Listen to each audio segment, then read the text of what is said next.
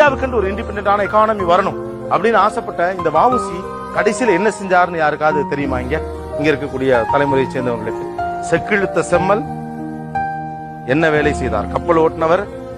நட்டத்துக்காக கப்பலை போய் வெள்ளக்காரன் கொடுத்துருவீங்களா, சுக்குநூறாக்கி வங்கக்கடலில் வீசி இருக்கலாம் என்று தன்மானத்தோடு பேசிய அந்த தமிழன் கடைசியில் என்ன செய்தார் அப்படிங்கிறது யாருக்காவது தெரியுமா? வரலாற்றின் வழியினுடைய ஒரு பக்கம் அது. தமிழர் மணியன் அவர்கள் சொல்வார். அந்த பகுதியை நினைத்து பார்த்தால் மிகவும் இருதயமே ரணப்பட்டு போகும். அவர் கடைசி காலத்தில் சிந்தாதிரிப்பேட்டையில் மளிகை கடை வைத்திருந்தார், எண்ணெய் கடை வைத்திருந்தார், பெரம்பூரில் தான் குடியிருந்தார்.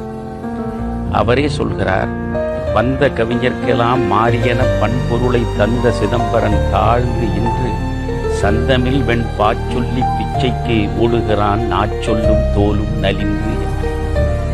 தமிழ் என்று சொல்லிக் கொண்டு வந்தவனுக்கெல்லாம் அள்ளி அள்ளி கொடுத்த கரம் இது.